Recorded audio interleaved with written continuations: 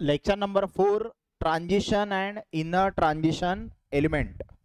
Last क्लासमध्ये आपण discuss केलं होतं ऑक्सिडेशन स्टेट. जे डी ब्लॉकचे एलिमेंट्स आहेत ते व्हेरिएबल ऑक्सिडेशन स्टेट दाखवतात. +2 +3 +4 +5 +6 +7 आहे ना. मॅग्नीज +7 दाखवते है ना. तर हा पार्ट आपण लास्ट क्लासमध्ये डिस्कस केला होता. आता नेक्स्ट पार्ट जो आपल्याला बघायचा आहे तो आहे physical properties of first transition series. First transition series म्हणजे 3D सिरीज. तर 3D सिरीजच्या फिजिकल प्रॉपर्टीज बघायच्या. तर फिजिकल प्रॉपर्टीज मध्ये सर्वात आधी ऑल ट्रान्झिशन एलिमेंट, जेवढेही ट्रान्झिशन एलिमेंट आहेत ते सगळे मेटल्स आहेत की नाही. अरे ट्रान्झिशन एलिमेंट काय आहेत? मेटल्स. तर all transition elements are metals and show properties that are characteristic of metals. आता जर ते मेटल आहेत तर कोणाच्या प्रॉपर्टी दाखवतील? मेटलच्या. आता मेटलच्या प्रॉपर्टी तुम्ही लहानपणापासून शिकता. मेटल हार्ड असतात, स्ट्रॉंग असतात. मेटल गुड कंडक्टर असतात. कशाचे? हीट आणि इलेक्ट्रिसिटीचे. मेटल्स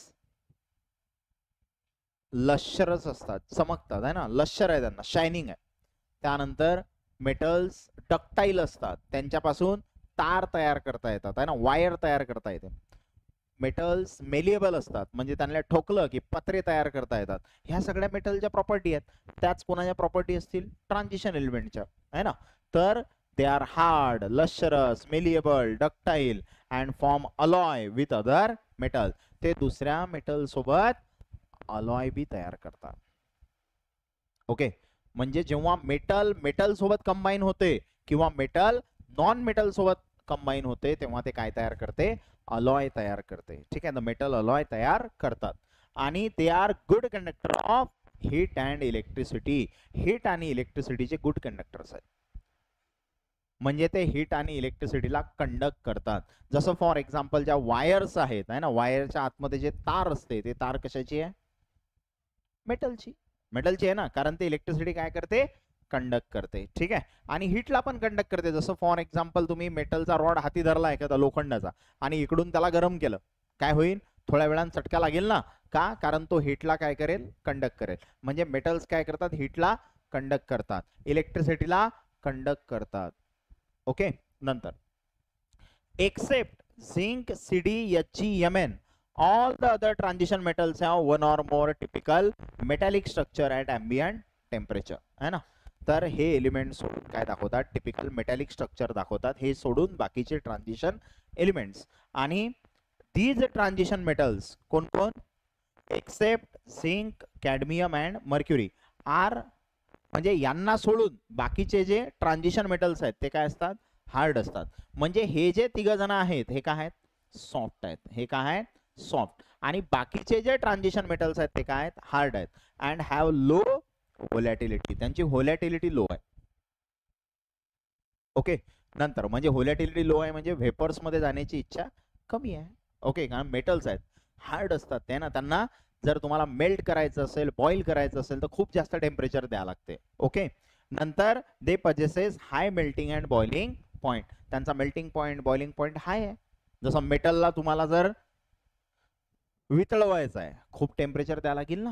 जसं फॉर एक्झाम्पल आपण जर आपलं लोहार बघितला असेल तुम्ही, लोहार, हा, तर लोहार काय करत असते?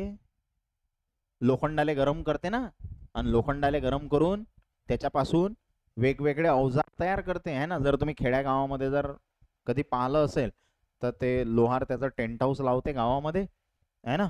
सहसा शाळेजवळ लावते तो, जठी सगळेच लोक येतात आहे ना. आणि तिथं काय केल्या जाते?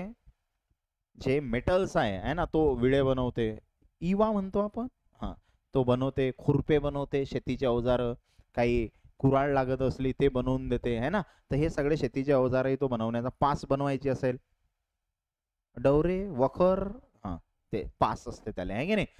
आपलं पास नापासवालं पास नाही आहे ना. हा, ते पास वेगळी आहे. तर ते पास बनवता वेळेस लोखंडाचीच बनवल्या जाते ना. कशी बनवते तो? त्याला पहिले गरम करते, लाल जरद दिसते ते आहे ना, आणि मग नंतर त्याला शेप दिला जाते. शेप दिल्यासाठी त्याच्याजवळ मोठा हातोडा असते ज्याला घन म्हणतात. काय म्हणतात? घन. आणि तो त्याच्यावर आपटल्या जाते है ना. आपटल्या जाते ना, घनाचे रट्टे देऊ देऊ त्याला शेप मध्ये आणल्या जाते. ते लोखंड जर तुम्ही गरम केलेलं पाहिलेलं असेल तर लाल जरत दिसते आहे की नाही, पण तरी ते वितळते का रे? म्हणजे एवढं टेम्परेचर देऊन बी ते वितळते का? नाही. म्हणजे त्याला वितळवायचं असेल तर खूप जास्त टेम्परेचर द्यावं लागते. ठीक आहे, म्हणजे त्यांचा हाय मेल्टिंग पॉइंट असते. ओके. नंतर जर आपण ट्रेंड बघितला कशामधला, atomic radii of D block elements. D block element जे आहे त्यांच्या ॲटॉमिक रेडाय मध्ये ट्रेंड का आहे? ॲटॉमिक रेडाय जसं तुम्ही पिरियोडिक टेबल चॅप्टर मध्ये शिकता क्लास 11 मध्ये, top to bottom atomic radius increases, left to right atomic radius decreases. शिकलं असेल ना असं, आहे की नाही? असं शिकवलं असेल तुमच्या सरनं तुम्हाला. हां बरं. मग atomic radii of this element है ना of the transition series decrease gradually from left to right. म्हणजे पिरियोडिक टेबल मध्ये जर तुम्ही लेफ्ट कडून राईट कडे गेले तर रेडियस कमी कमी कमी कमी होत जाते. ठीक आहे, कमी कमी होत जाते. आणि as we move across a transition series from left to right nuclear charge increases by 1 unit at a time. आता तुम्ही लेफ्ट कडून राईट कडे चालले तर न्यूक्लियस वरचा चार्ज एक एक न वाढत जाईल ना. का?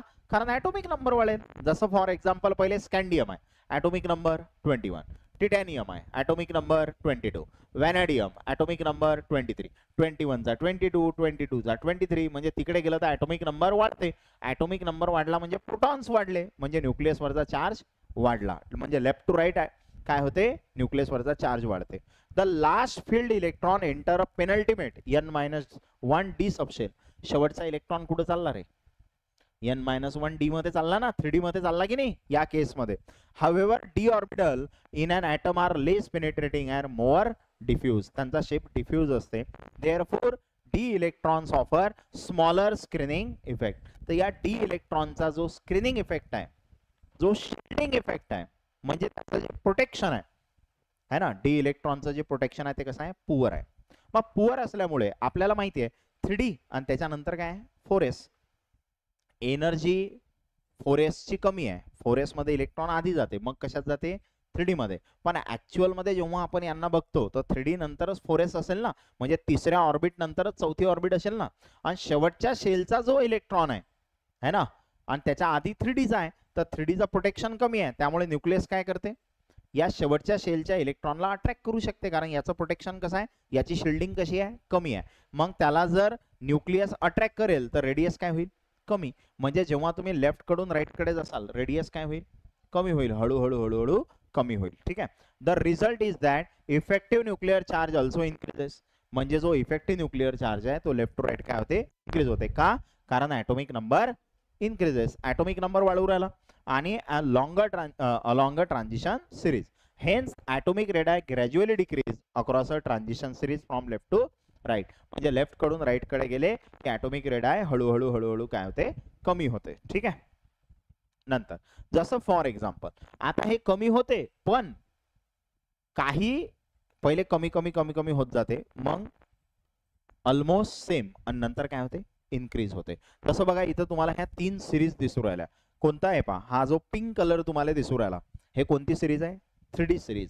स्कॅन्डियम, टिटॅनियम, व्हॅनेडियम कोणती सिरीज आहे? 3D series. त्याच्यानंतर जो तुम्हाला ब्ल्यू कलर दिसू राहिला आहे ना, ते कोणती सिरीज आहे? 4D series. इट्रियम है ना, झिर्कोनियम हे वाली. ओके. नंतर जे रेड कलर मध्ये दिसत आहे LaHF आहे ना, ते कोणती सिरीज आहे? 5D series. मग आता जर तुम्ही इतर रेड आय बघितल्या तर सर्वात आधी तुम्हाला सर्वात खाली कोण दिसू राहिलं? पिंक. पिंक म्हणजे स्कॅन्डियम वाली है ना. आणि स्कॅन्डियम वाली जर सिरीज आहे म्हणजे 3D सिरीज आहे, तर पिरियोडिक टेबल मध्ये 3D सिरीजच्या खाली कोण असेल? 4D. आणि 4Dच्या खाली कोण असेल? 5D. आणि वरून खाली आलं तर रेडियस काय होते? वाढते. म्हणजे हे 3D आहे. ओके. हे काय आहे? 4D. आणि हे काय आहे रे? 5D. तर मग वरून खाली आलं तर रेडियस काय होते? वाढते.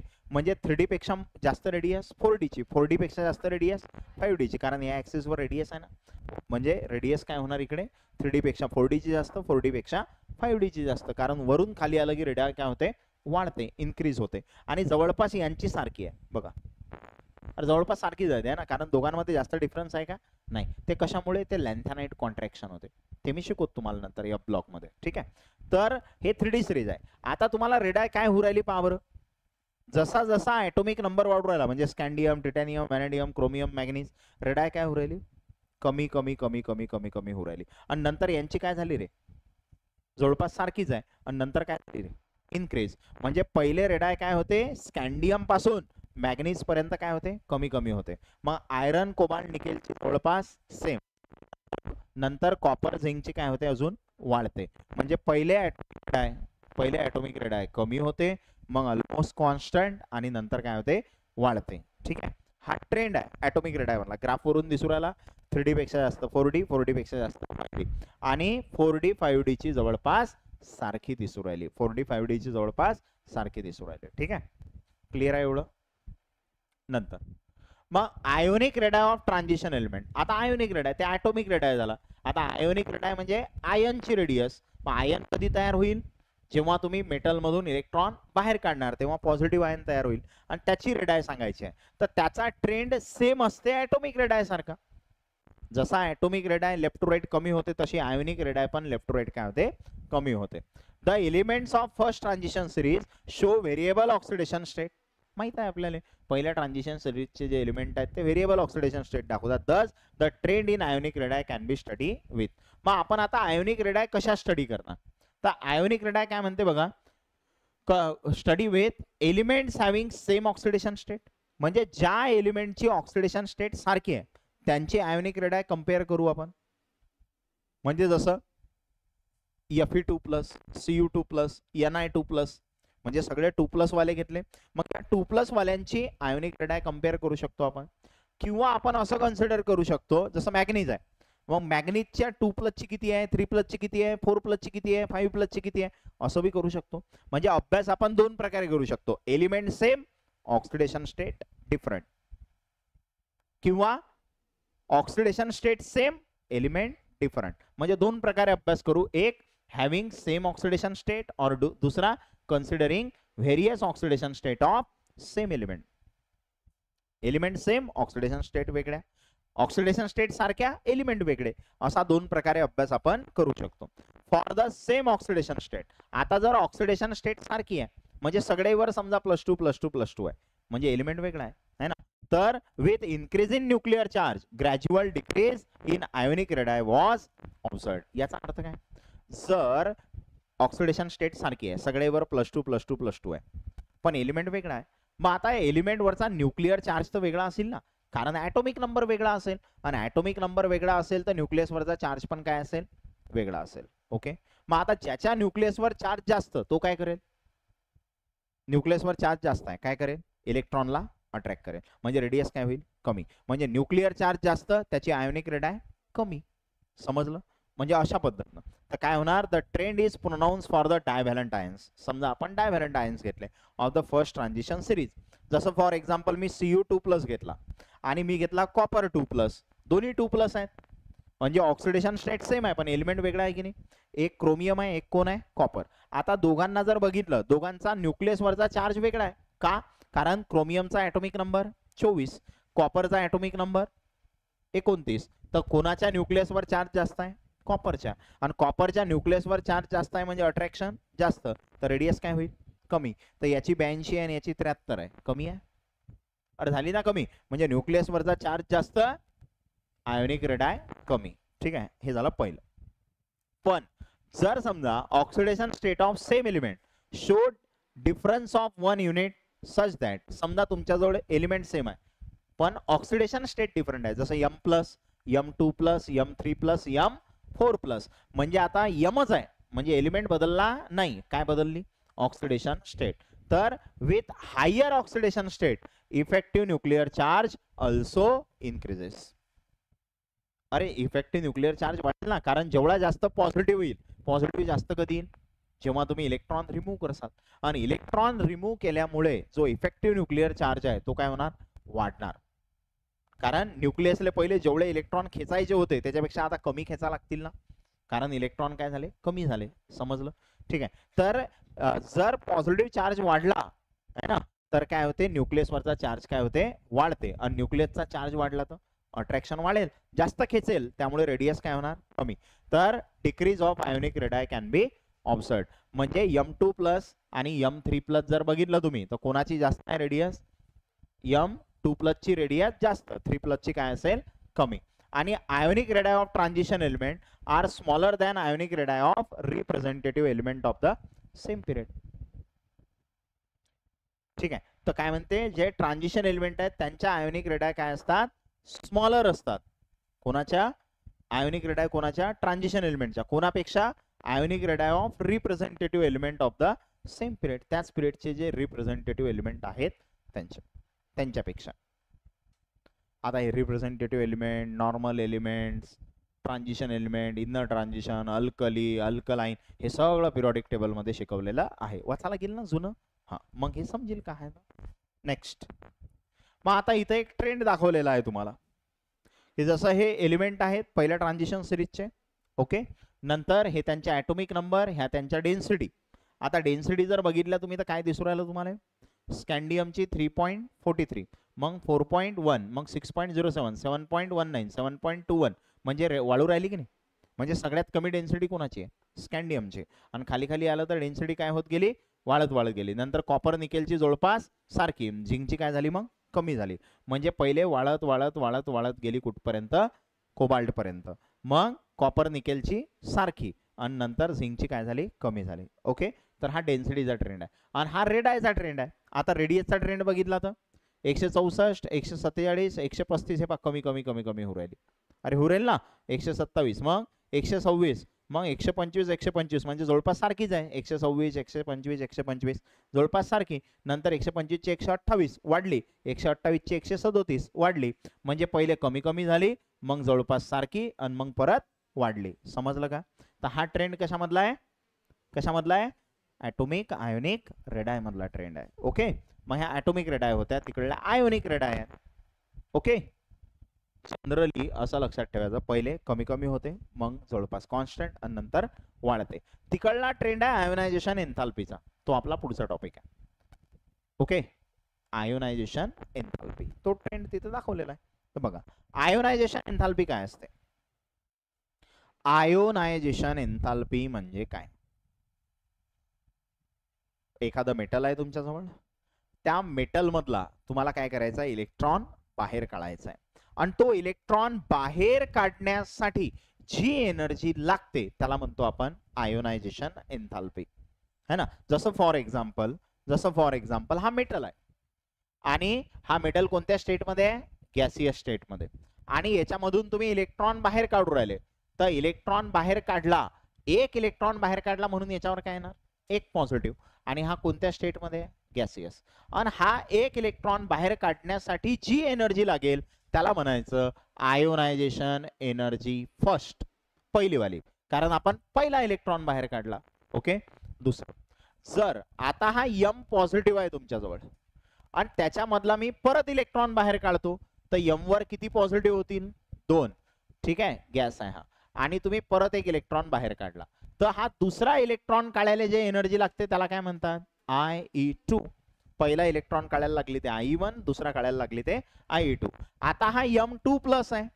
आता या M2+ गॅस मधून तुम्हाला परत इलेक्ट्रॉन बाहेर काढायचा आहे. परत इलेक्ट्रॉन बाहेर काढला तर आता M वर किती प्लस होतील, 3+, आणि याच्यासाठी जे एनर्जी लागेल त्याला काय म्हणणार, IE3. त्याला काय म्हणणार, IE3.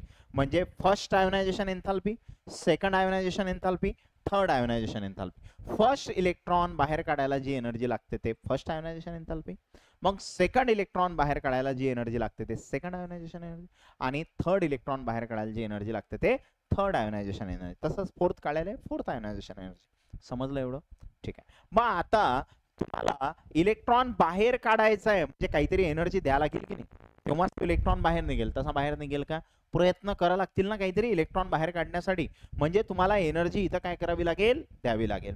मग इथं एक IE1 आहे, एक IE2 आहे, आणि एक IE3 आहे. मग या 3 एनर्जीज मध्ये कोणती एनर्जी जास्त आहे आणि कोणती एनर्जी कमी आहे. ठीक आहे, तर या केसमध्ये IE1 पेक्षा IE2 जास्त आहे. म्हणजे पहिला इलेक्ट्रॉन काढण्यापेक्षा दुसरा इलेक्ट्रॉन काढायला जास्त एनर्जी लागते, आणि दुसरा इलेक्ट्रॉन काढण्यापेक्षा तिसरा इलेक्ट्रॉन काढायला अजून जास्त एनर्जी लागते. पहिला पेक्षा दुसरा काढायला जास्त एनर्जी, दुसऱ्यापेक्षा तिसरा काढायला जास्त एनर्जी. जसं फॉर एक्झाम्पल तुम्हाला तुमच्या पॅरेंट जवळून पैसे घ्यायचे, पहिली नोट काढणं सोपी आहे पॅरेंट जवळून 100 रुपयाची आहे ना. मग दुसरी पाहिजेत असली की अजून जराशे प्रयत्न शिल्लक करायला लागतात, अजून एक 100ची नोट काढण्यासाठी. आणि तिसरी 100ची नोट काढण्यासाठी अजून जास्त प्रयत्न करायला लागतात. अरे प्रयत्न जास्त करायला लागतात की तसेच देऊन टाकतात पॅरेंट्स? देत नाहीत ना. प्रयत्न जास्त करत राहावं लागते आहे ना. मग इथं प्रयत्न करणं म्हणजे एनर्जी देणं. तर इथं काय द्यायला लागेल तुम्हाला? एनर्जी. पहिला इलेक्ट्रॉन काढायला एनर्जी, दुसरा इलेक्ट्रॉन काढायला एनर्जी, तिसरा इलेक्ट्रॉन काढायला एनर्जी. तर पहिला इलेक्ट्रॉन कमी एनर्जीत निघेल, दुसरा इलेक्ट्रॉन काढायला अजून जास्त एनर्जी, तिसरा इलेक्ट्रॉन काढायला अजून जास्त एनर्जी. जसं मी नेहमी एक एक्झाम्पल आहे ना 11th क्लासमध्ये मी हे एक्झाम्पल दिलं असेल की एखादं छोटंसं बाळ आहे ना, ते बाळ त्याच्या मम्मीजवळ आहे, एका केसमध्ये ते बाळ त्याच्या पप्पाजवळ आहे, आणि एका केसमध्ये ते बाळ एखाद्या पाहुण्याजवळ आहे ना. पाहुणे आले घेतात की नाही बाळ, पाहुण्याला जरी ते पाळ म्हणजे हरिक नसला तरी दाखवतात की नाही की बा आम्हाला हरिक आहे पाळायचं आहे की घेतात हाती. तर जेव्हा ते बाळ त्याच्या आईजवळ असते आणि समजा ते बाळ तुम्हाला तुमच्या हाती घ्यायचं आहे, एका केसमध्ये ते बाळ त्याच्या पप्पाजवळ आहे ते तुम्हाला हाती घ्यायचं आहे, आणि एका केसमध्ये ते बाळ पाहुण्याजवळ आहे आणि तेव्हा तुम्हाला तुमच्या हाती घ्यायचं आहे. कोणत्या केसमध्ये बाळ लवकर तुमच्याजवळ येईल? ते पाहुण्याजवळ असेल, कारण त्या पाहुण्यामध्ये आणि त्या बाळामध्ये अट्रॅक्शन काय असेल? कमी. त्यामुळे कमी एनर्जीतच ते बाळ तुमच्याजवळ येईल. तुम्हाला कमी एनर्जी द्यायला लागेल ते बाळ घ्यायसाठी. पण तेच जर त्या पप्पाजवळ असलं तर जराशे प्रयत्न शिल्लक करायला लागतील, प्रयत्न शिल्लक करायला लागतील ना ते बाळ घ्यायसाठी. ठीक आहे. आणि तिसरी केस ते बाळ जर त्या मम्मी जवळ असलं तर मग तर लयच कठीण काम आहे ते बाळाला घेणं आहे की नाही. कारण मम्मीमध्ये बाळामध्ये अट्रॅक्शन कसं असते? जास्त. त्याच्यामुळे ते बाळ मम्मी जवळून घ्यायसाठी लय लालच दाखवा लागेल आहे की नाही. साध्या सोप्या भाषेत लालच दाखवा लागेल ना, तेव्हाच ते बाळ तुम्ही घेऊ शकता की नाही. म्हणजे मम्मी मध्ये बाळामध्ये अट्रॅक्शन जास्त असते, तेव्हा इलेक्ट्रॉन काढायला म्हणजे तेव्हा ते बाळ जर घ्यायचं असेल तर एनर्जी जास्त द्यावी लागते. मग तसंच आहे इथं, तुम्ही यम मधून इलेक्ट्रॉन काढू राहिले, इथं यम प्लस मधून इलेक्ट्रॉन काढू राहिले, आणि इथं M2+ मधून काढू राहिले, इथं यम पासून काढू राहिले. तर सोपं आहे काढणं. पण प्लस मधून इलेक्ट्रॉन काढणं भारी आहे, कारण पॉझिटिव्ह मध्ये आणि इलेक्ट्रॉन म्हणजे निगेटिव्ह, पॉझिटिव्ह निगेटिव्ह मध्ये अट्रॅक्शन असेल ना, त्यामुळे तो इलेक्ट्रॉन काढायला जास्त एनर्जी. आणि इथं 2+ आहे, तर पॉझिटिव्ह अजून वाढला म्हणजे अट्रॅक्शन अजून वाढलं, तर तो इलेक्ट्रॉन काढायला अजून जास्त एनर्जी लागेल. समजलं? ओके. म्हणजे आपल्या उदाहरणासोबत याला मॅच करायचं असलं तर पाहुणे, पप्पा आणि मम्मी, बरोबर. तर या केसमध्ये एनर्जी जास्त लागेल. ठीक आहे. तर IE3 मोठा, त्याच्यापेक्षा लहान IE2 आणि त्याच्यापेक्षा छोटा IE1. ठीक आहे. बस. मग ionization enthalpy of first transition series are intermediate between S and P block. S आणि P ब्लॉकच्या मध्ये असते यांची आयोनायझेशन एन्थाल्पी, कारण हे इंटरमिडिएट असतात. आणि this suggest that transition element are less electropositive than group 1 and 2. Group 1 आणि 2 म्हणजे S ब्लॉक, आणि S ब्लॉक पेक्षा हे काय असतात? लेस इलेक्ट्रो पॉझिटिव्ह असतात. ठीक आहे. त्यांची इलेक्ट्रॉन देण्याची इच्छा S ब्लॉक पेक्षा कमी असते, कारण साईज लहान आहे ना, त्यामुळे अट्रॅक्शन जास्त आहे, त्यामुळे इलेक्ट्रॉन काढायला जास्त एनर्जी लागते. ठीक आहे. तर as the atomic number increases across a transition series, जर तुम्ही ट्रान्झिशन सिरीज मध्ये इकडून तिकडे गेले ॲटॉमिक नंबर, आणि first ionization enthalpy increases with some irregularity. मग जे पहिली आयोनायझेशन एन्थाल्पी आहे ते पण काय होते? इकडून तिकडे गेलं तर वाढते विथ सम इरेग्युलॅरिटी. पण इरेग्युलॅरिटी आहेत, वाढते सांगितलं पण इरेग्युलॅरिटी आहे. ते पण या टेबलवरून समजेल तुम्हाला. वाढते असं म्हटलं त्यानं, पण इरेग्युलॅरिटी आहेत. बघा, 631 पेक्षा 656 जास्त वाढली, 650 कमी झाली, 653 वाढली, 717 वाढली, 762 वाढली, 758 कमी झाली, 736 कमी झाली, 745 वाढली, नंतर 906 वाढली. म्हणजे इरेग्युलॅरिटी आहेत, म्हणजे जवळपास वाढू राहिली पण त्याच्यामध्ये इरेग्युलॅरिटी आहेत. ठीक आहे. नंतर ionization enthalpy for a given element increases from first ionization enthalpy to the third ionization enthalpy. है ना, सांगितलं मी, फर्स्ट पेक्षा सेकंड आयोनायझेशन एन्थाल्पी जास्त, सेकंड पेक्षा थर्ड आयोनायझेशन एन्थाल्पी जास्त. मग the atoms of element of third transition series, जे तिसरी ट्रान्झिशन सिरीज आहे, possesses filled 4f orbital. 4f orbital show poor shielding effect on account of their peculiar diffuse shape. As a result, the valence electron experience greater nuclear attraction. Greater amount of energy is required to ionize element. Third transition series, the ionization enthalpy of the element of third transition series are therefore much higher than the first and second series. याचं म्हणणं काय? एवढी मोठी theory वाचली गेली असेल डोक्यावरून, आहे की नाही? आता याचा अर्थ काय पहा, या ग्राफ वरून समजते तुम्हाला. या ग्राफ वरून तुमच्या हे लक्षात येत असेल, टिटॅनियम, व्हॅनेडियम, क्रोमियम म्हणजे हे 3D सिरीज आहे. आणि 3D सिरीज पेक्षा 4D सिरीजची आयोनायझेशन एन्थाल्पी काय दिसू राहील तुम्हाला? 3D पेक्षा 4D ची काय दिसू राहिली? जास्त. आणि हे HFTA 5D सिरीज आहे, मग त्याची आयोनायझेशन एन्थाल्पी काय झाली? खूप जास्त. याच्यामध्ये फरक कमी आहे पण याच्यामध्ये फरक पहा जास्त आहे. आणि हा फरक जास्त कशामुळे आला? कारण याच्यात 14 एलिमेंट एफ ब्लॉक मध्ये गेले आणि तिथं लॅन्थॅनॉइड कॉन्ट्रॅक्शन होते, है ना, आणि त्याच्यामुळे हे असा तुम्हाला डिफरन्स दिसते. ओके, तर इथं जर तुम्ही बघितलं तर आयोनायझेशन एन्थाल्पी पहिले काय आहे पहा, जास्त, कमी झाली, मग वाढली, अजून वाढली, अजून वाढली, मग कमी झाली, आणि इकडे जवळपास सारखी अशी दिसू राहिली, है ना. काही ट्रेंड असा व्यवस्थित ग्राफ आहे करतो? व्यवस्थित नाहीये, त्याच्यामध्ये इरेग्युलॅरिटी आहेत. त्याच्यामध्ये काय आहेत? इरेग्युलॅरिटी आहेत. ठीक आहे. जसं फॉर एक्झाम्पल हे एलिमेंट्स आहेत, त्यांची first ionization enthalpy, second ionization enthalpy आणि थर्ड आयोनायझेशन एन्थाल्पी हे लक्षात घ्या.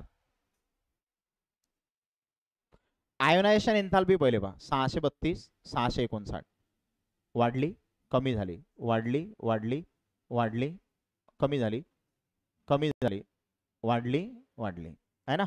असा ट्रेंड जवळपास दिसू राहिला. तर आयोनायझेशन एन्थाल्पी पहिले काय होते? पहिले काय होऊ राहिली? वाढू राहिली, है ना, मग जवळपास सारखी आणि शेवटी परत वाढू राहिली. ठीक आहे, म्हणजे वाढू राहिली, जवळपास सारखी, वाढू राहिली, असा ट्रेंड आहे कशामध्ये? आयोनायझेशन एन्थाल्पी मध्ये. आणि हे फर्स्ट आहे, पहिला इलेक्ट्रॉन काढायला आणि दुसरा इलेक्ट्रॉन काढायला पहा बरं. पहिल्यापेक्षा दुसरी शिल्लकच असते की नाही, आणि दुसऱ्यापेक्षा तिसरी शिल्लकच असते, पण कुठेतरी तुम्हाला असं दिसेल की ते लय शिल्लक दिसू राहिली पहिल्यापेक्षा दुसरा काढायला. हे पहा किती आहे? 1245, 1320, 1376. ठीक आहे, आणि इथं किती आहे? 1635. म्हणजे इथं जर तुम्ही बघितलं तर डिफरन्स इथं कितीचा होता? 1245, 1320, जवळपास 60-70 चा डिफरन्स, 40-50 चा डिफरन्स. पण इथं डिफरन्स पहा, वाढला, 200-250 डिफरन्स आला, है ना. म्हणजे या केसमध्ये तुम्हाला इथं दुसरा इलेक्ट्रॉन काढायला जास्त लागू राहील ना. मग हा दुसरा काढायला जास्त का लागली? इकडच्या केस दुसरा जास्त येणारच आहे, पण पहिल्याच्या कंपॅरिझन मध्ये इथं जर बघितलं तुम्ही, बाकीच्यांसोबत जर कम्पेअर केलं तर इथं शिल्लक लागली. का शिल्लक लागली? कारण एक्झाम्पल कोण आहे? क्रोमियम. जर क्रोमियम बघितला तर क्रोमियमचा ॲटॉमिक नंबर 24. इलेक्ट्रॉनिक कॉन्फिगरेशन काढलं तर आर्गॉन 3D आणि 4s. एक्सेप्शन असते, आणि आर्गॉन 18, 1 19 आणि 5 24. मग आता पहिला इलेक्ट्रॉन काढसाल तुम्ही, पहिला इलेक्ट्रॉन काढला की प्लस, 1 प्लस, आणि पहिला इलेक्ट्रॉन जेव्हा काढला तेव्हा इलेक्ट्रॉन कुठून काढला पहा बरं? 3D 4s. शेवटच्या शेल मधून काढसाल म्हणजे तुम्ही इथून इलेक्ट्रॉन काढला तर इथं 0 आणि इथं 5. आता तुम्ही जेव्हा दुसरा इलेक्ट्रॉन काढता, कुठून काढा लागेल? दुसरा इलेक्ट्रॉन कुठून काढा लागेल सांगा? 4s मध्ये तर काही नाही आहे ना, तर इलेक्ट्रॉन कुठून काढा लागेल? 3D मधून. आणि 3D जो आहे तो कसा आहे? Half filled. आणि हा हाफ फिल्ड असल्यामुळे मोर स्टेबल आहे. आणि मोर स्टेबल मधून जर तुम्ही इलेक्ट्रॉन काढू राहिले तर ते द्यायची इच्छा आहे का? म्हणजे तुम्हाला एनर्जी जास्त द्यावी लागेल. अरे तो मोर स्टेबल आहे, हाफ फिल्ड आहे, त्याची इलेक्ट्रॉन द्यायची इच्छा कमी आहे, त्यामुळे तुम्हाला एनर्जी जास्त द्यावी लागेल. आणि इथं किती होतील मग? 4. ठीक आहे, तर पहिला इलेक्ट्रॉन काढला इथं 1, आणि परत इथं इलेक्ट्रॉन काढला, है ना.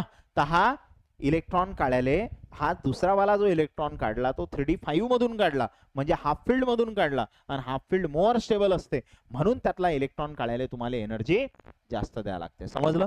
क्रोमियम साठी दुसरी आयोनायझेशन एन्थाल्पी खूप जास्त आहे, कारण ते द्यायची इच्छा नाही ना, कारण तो हाफ फिल्ड आहे, मोर स्टेबल आहे, जबरदस्ती करायला लागेल. ओके, मग अशा व्हॅल्यूज तुम्हाला इथं लिहिलेल्या दिसू राहिल्या. ओके,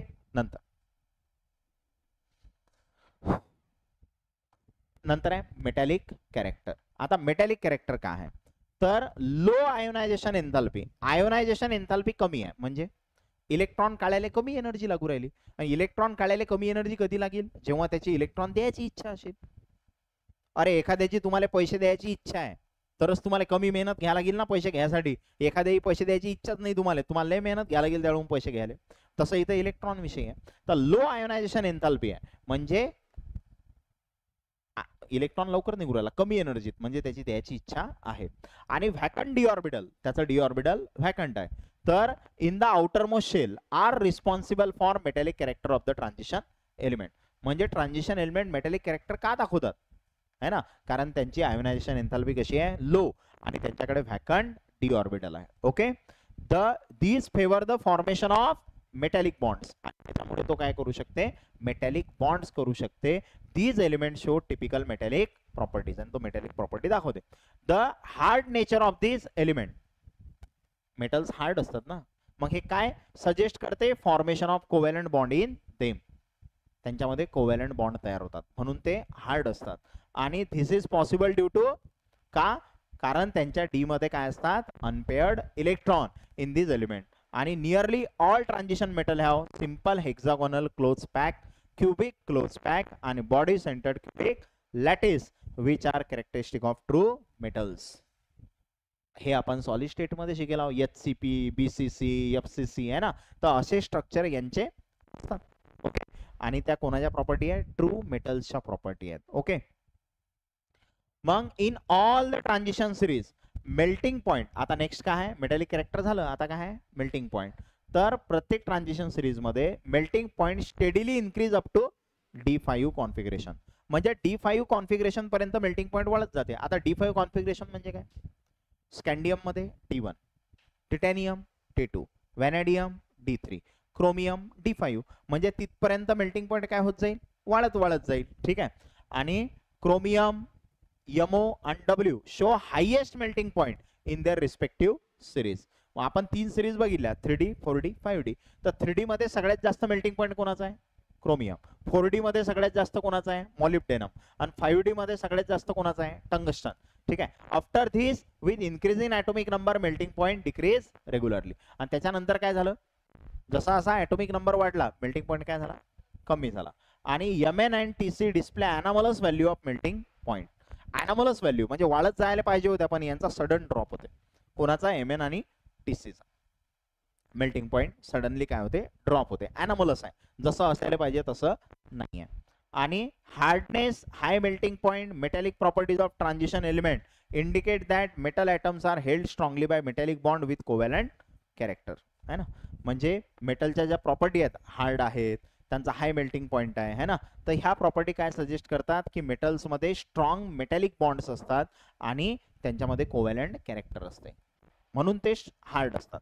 जसं बघा हे ग्राफ काय इंडिकेट करू राहिला, टिटॅनियम, व्हॅनेडियम, क्रोमियम. म्हणजे कोणती सिरीज आहे, 3D सिरीज. हे कोणती सिरीज आहे, 4D सिरीज. आणि हे कोणती सिरीज आहे, 5D सिरीज. आता बघा मेल्टिंग पॉइंट काय होऊ राहिला, पहिले टिटॅनियम पेक्षा व्हॅनेडियम जास्त, व्हॅनेडियम पेक्षा क्रोमियम जास्त. म्हणजे या रेड लाईन मध्ये सगळ्यात जास्त कोण आहे, क्रोमियम. म्हणजे 3D सिरीज मध्ये सगळ्यात जास्त मेल्टिंग पॉइंट कोणाचा आहे, क्रोमियमचा. आणि मॅग्नीजचा सडन ड्रॉप झाला बघा, मॅग्नीजचा काय झाला, सडन ड्रॉप. मॅग्नीजचा काय झाला, कमी झाला. तसं 4D सिरीज, 4D सिरीज मध्ये कमी Zr, त्याच्यापेक्षा जास्त Nb, आणि सगळ्यात जास्त कोण आहे, MO. आणि MOच्या नंतर सडन ड्रॉप झाला कोणाचा, TCचा. अॅनामलस, एकदमच खाली आला ग्राफ. ओके, आणि हे 5D सिरीज. 5D सिरीज मध्ये बघा सगळ्यात जास्त कोणाचा आहे, W. म्हणजे कोण, टंगस्टन. इथं पहा बरं RA चा सडन ड्रॉप झाला का, पहाड तयार उराला ना, सडन ड्रॉप नाही झाला. इथं बघा सडन ड्रॉप आणि नंतर वाढला. इथं तसं झालं का, इथं कमी कमी कमी कमीच उराला. म्हणजे इथं अॅनामलस बिहेवियर आहे का RE चं, नाही. अॅनामलस बिहेवियर कोणाचं आहे, Mn आणि TCचं. मग सगळ्यात जास्त मेल्टिंग पॉइंट कोणाचा आहे, टंगस्टन. टंगस्टन आपण कुठे यूज करतो, बल्ब मध्ये. 60चा बल्ब बजाजचा आहे ना, टंगस्टनचा हाय मेल्टिंग पॉइंट असते, किती, जवळपास 3500 जवळपास असते है ना, एवढा जास्त मेल्टिंग पॉइंट असते त्याचा. ठीक आहे, नंतर म्हणजे आता 3D सिरीज मध्ये सगळ्यात जास्त melting point chromium, 4D series मध्ये मॉलिब्डेनम, आणि 5D सिरीज मध्ये टंगस्टन. लक्षात असू द्या. मग आहे मॅग्नेटिक प्रॉपर्टी. कोणाच्या magnetic property, transition elements. Next class मध्ये काहीच नाही झालं मग आज शिकवून. ठीक आहे, ठीक आहे, मॅग्नेटिक प्रॉपर्टी नेक्स्ट क्लास मध्ये.